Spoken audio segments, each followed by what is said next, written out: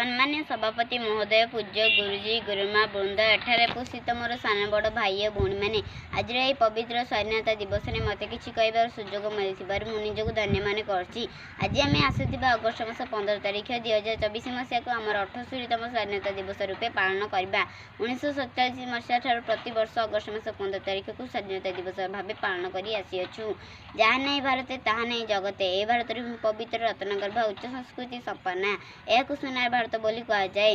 जदि मुझे इतिहास कहवाक जाऊँगी, बहु वर्ष पूर्व आम देशर एकता अभाव शत्रु मैंने आम देश को अधिकार करने 1757 पड़ोसी युद्ध, 1757 पड़ोसी युद्ध, 1764 बक्सा युद्ध पर भारत मास छिन्नमस्ता होगला। भारतवासी अनाथ श्रमर अनाथ शिशु पलटि गले। जरे निवास जरे जदित बुद्ध पलटि गला। सिराज दौला आरंभ कर लक्ष्मण नायक पर्यंत देशपाई प्राण बलि देवाक आगे आसते। 1700 नर नारी युवक युवती छात्र छात्री सन्यासी भारतर स्वाधीनता लगी वज्र संकल्प नेले। से चाहूले जे रक्त बदल मुक्ति, परदिन बदल स्वाधीनता। 1857 सिपाही विद्रोह झांसी राणी को राणी ऋणकोटर इंग्रेज सेनापति चमके उठले। जगदीशपुर जमींदार कर्नल सिंह इंग्रेजों मुकाबला लगी निज हाथ को निज तलवार काटी गंगा को उत्सर्ग कले। महात्मा गांधी का आह्वान सारा भारत प्रकंपित है। कुटी खाओ काटी पिंध स्लोगान सारा देश प्रतिद्वंदिता है। लवण सत्याग्रह है, सहयोग आंदोलन है।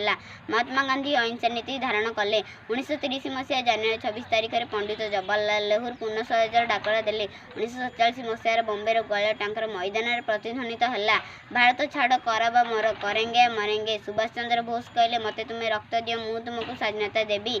इतिमध्य आम देशर अक्लांत परिश्रम कर स्वाधीनता संग्राम मानक प्रशंसा जेते कले भी अत्युक्ति हेब नहीं। से आम जातिर पिता मोहनदास करमचंद गांधी, सुभाष चंद्र बोस, लाल बहादुर शास्त्री, सरदार वल्लभ भाई पटेल एमिति बहुत वीर मानक अवदान रही भारत को स्वाधीन करिबारे। स्वाधीनता प्राप्तिर पूर्व समय थिला भारत पाई बहुत दुख, दुर्दशा और जंत्रणा दिन। इंग्रेजी माने आम देश वाणिज्य कारबार ना आसी शासन करुथिले। आम देशर धन संपद वाणिज्य द्रव्य गुड़िक लुटि नेउथिले।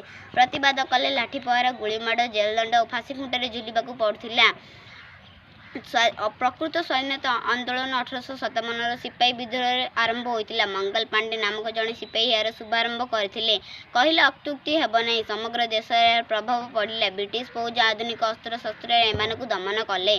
प्रतिवाद कले कि यार रक्षा नहीं। तथापि धीरे धीरे सारा भारत में स्वाधीनता विद्रोह देखागला। बहु देशप्रेमी ए झांस दे कारावरण कले। ता सत्वे आम देशर साहसी देशप्रेमी माने मातृभूमि को इंग्रेजों ठारू मुक्त करबा पई ब्रिटिश फौज आगरे ठिया होइतिले। सेही वीर मानक अक्लांत परिश्रम एवं दृढ़ मनोबल जोगु आम भारत 1947 मसीहा अगस्ट मास 14 तारिख मध्य रात्रि स्वाधीनता लाभ कला। आम्भे 1947 मसीहा अगस्ट मास 15 तारिख को आमर प्रथम स्वाधीनता दिवस रूपे पालन कलु। आम संपूर्ण रूपे स्वाधीनता स्वाद चाखिले। आम तिरंगा झंडा सफेद आकाश रे रोमांच सृष्टि कला। सबुआड़ शुभिला झंडा उच्चा रहे, हमारा हमें हमारा तिरंगा प्यारा। आज आम स्वाधीन देशर स्वाधीन संतान।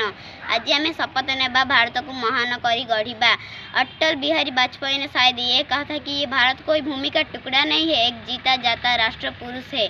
अटल जी ने कहा था कि ये बंधन की धरती है, अभिनंदन की धरती है, ये अर्पण की भूमि है, तर्पण की भूमि है। इसकी नदी नदी हमारे लिए गंगा है, इसकी कंकड़ कंकड़ हमारे लिए शंकर है।